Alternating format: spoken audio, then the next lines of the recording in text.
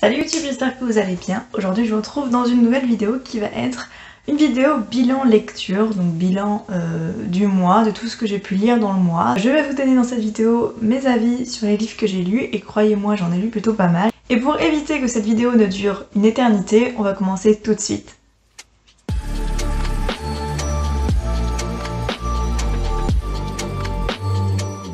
Alors, premier livre que j'ai lu en début du mois, enfin je l'ai terminé en début du mois puisque je l'avais commencé le fin du mois dernier.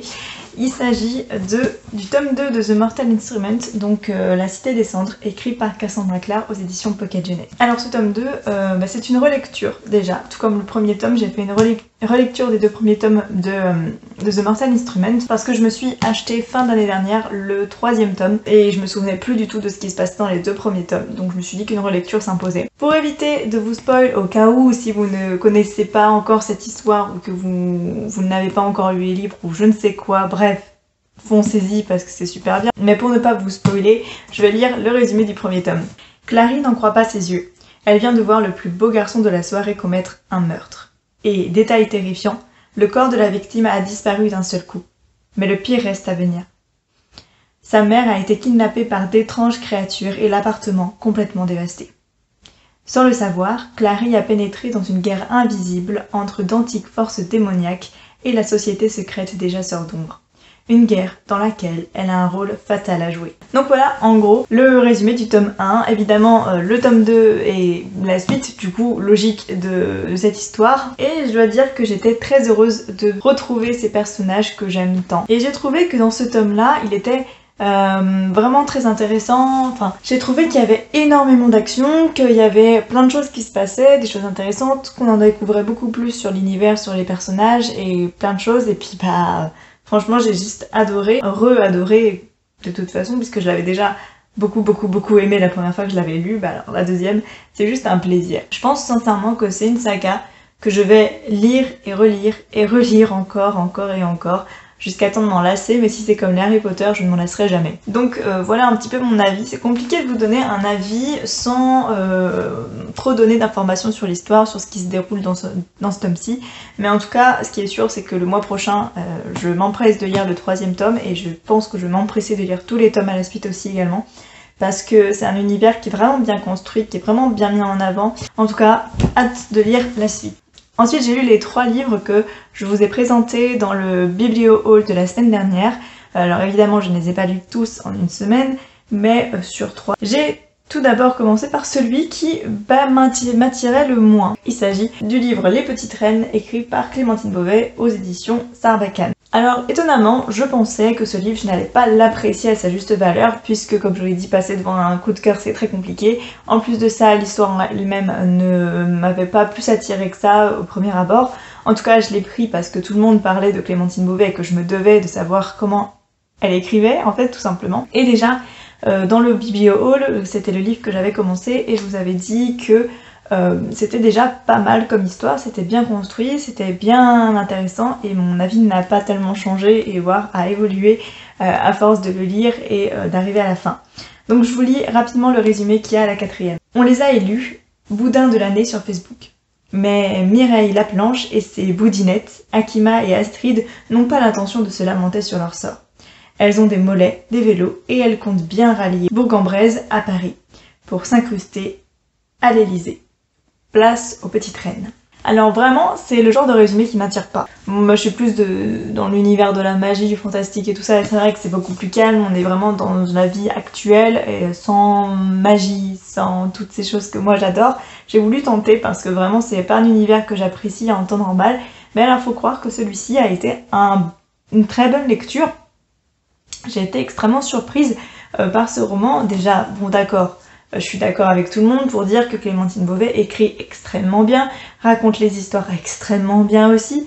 Clairement, on vous donne une page blanche et vous écrivez en mots-clés dessus cette page blanche « Boudin, 3 filles, vélo, Élysée ». Dites-moi réellement sur quel genre d'histoire vous allez écrire, sur comment vous allez mettre en place des personnages, un univers qui fasse que cette histoire devienne intéressante. Parce que alors là, avec ces mots-clés, clairement, moi je ne peux pas. Et Clémentine Beauvais a réussi à faire ça. elle a réussi à mettre en place une histoire extrêmement bien en fait, extrêmement humaine.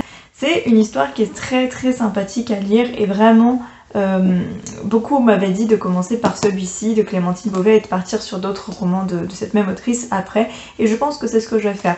Je vais découvrir petit à petit tous les romans, tout ce qu'elle a écrit, mais c'est vrai que je vais mettre un petit peu plus de temps parce que c'est pas forcément des romans qui m'intéressent de premier abord. Mais d'avoir lu celui-ci et de me dire qu'au final elle écrit vraiment très très bien sur des sujets pas très simples à écrire au final, et ben j'ai très envie de découvrir ce qu'elle va faire par la suite. Donc je ne sais pas quel prochain livre je vais lire après celui-ci, mais je verrai bien la bibliothèque, ce que je vais trouver. Troisième livre de ce bilan lecture, et pas des moindres, il s'agit du roman Qui ment, écrit par Karen McManus aux éditions Nathan. Alors ce livre, je vais vous en dire le résumé très rapidement également. 5 lycéens, moins un mort est égal 4 suspects. Tous cachent un secret, mais qui ment? Bronwyn l'intello, Cooper le sportif, Nate le délinquant, Addie la reine de beauté et Simon le gossip boy se retrouvent en retenue un après-midi. Seulement, ce dernier ne sortira jamais vivant de cette heure de colle et les enquêteurs en sont vite sûrs, sa mort n'est pas accidentelle. Bronwyn, Addie, Nate et Cooper deviennent les principaux suspects du meurtre lorsqu'on découvre un article écrit par Simon contenant des révélations sur chacun d'eux.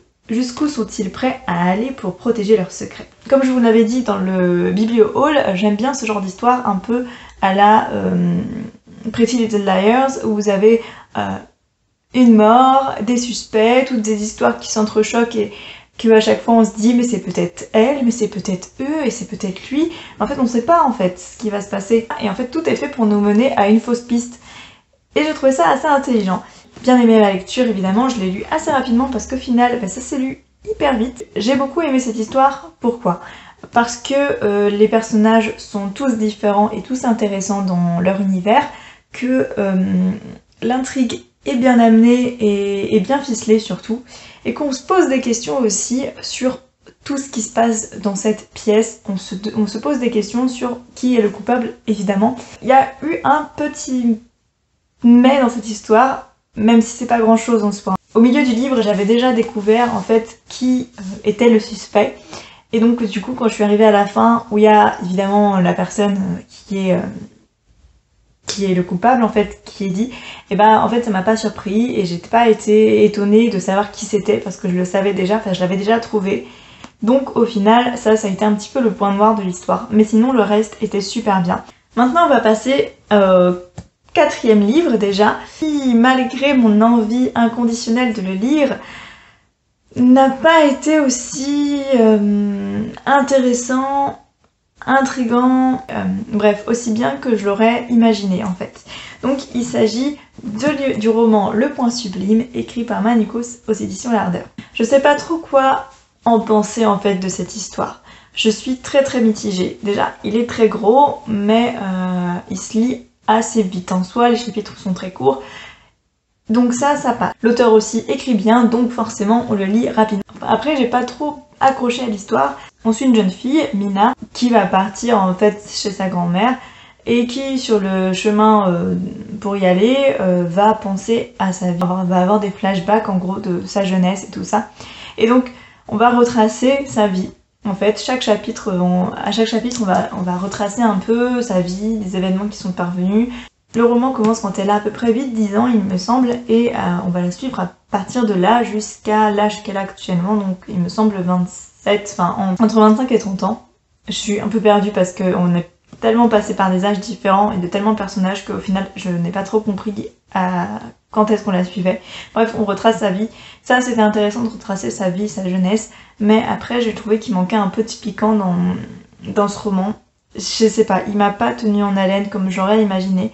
Mais je pense que la meilleure façon de vous expliquer ce qui se passe dans ce roman et de vous donner une idée de savoir sur quoi traite ce roman, bah, je vais vous lire le résumé tout simplement, ça sera beaucoup plus facile. Au cours d'un long voyage en voiture aux allures de pèlerinage, Mina, réalisatrice en herbe, se repasse le film de sa vie. Lui reviennent alors cet été passé aux granges, en pleine nature, dans le hameau où vivait sa grand-mère, mi-sorcière, mi-magicienne. Elle a 9 ans et s'invente des jeux interdits. Elle a 15 ans et s'aventure sur des pistes glissantes, entraînée par sa meilleure amie. Elle a 17 ans et rencontre deux garçons qui lui offriront un anniversaire inoubliable. Au fil des souvenirs, Mina retrouve les sensations et les fantasmes visités depuis l'enfance, ces sentiers de désir qui ont fait d'elle une jeune femme farouchement libre. Mon film montrera ce que c'est que grandir, naître et devenir femme, croire, explorer, aimer, se tromper et recommencer. En soi, le résumé correspond vraiment bien à ce qu'on pourrait attendre de cette histoire.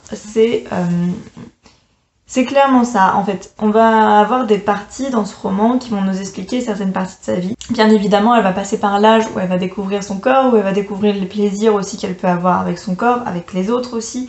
Elle va se poser des questions sur les filles, les garçons, sur plein de choses en fait qui touchent à la sexualité, et cette partie-là est assez intéressante. Et en fait, ce qui est intéressant aussi à voir, c'est que toutes les personnes qui vont être écrites dans ce roman, donc ça peut être ses parents, ça peut être sa meilleure amie, ça peut être ces deux garçons qu'elle a rencontrés, bref, tous ces personnages en fait, on va vite comprendre que chaque personnage a apporté à Mina quelque chose qui va faire d'elle la personne qu'elle est actuellement, donc qui va la construire en fait. C'est vraiment bête et je pense que j'ai pas lu ce roman dans le bon timing. C'est compliqué, comme je vous ai dit, je suis très mitigée sur ces romans parce que j'aime beaucoup le sujet abordé, j'aime beaucoup la façon dont c'est mis en place, mais je sais pas, j'ai pas dû le lire au bon moment et je me suis pas accrochée au personnage, je me suis pas accrochée à l'histoire, je sais pas ce qui s'est passé, je lui trouve pas...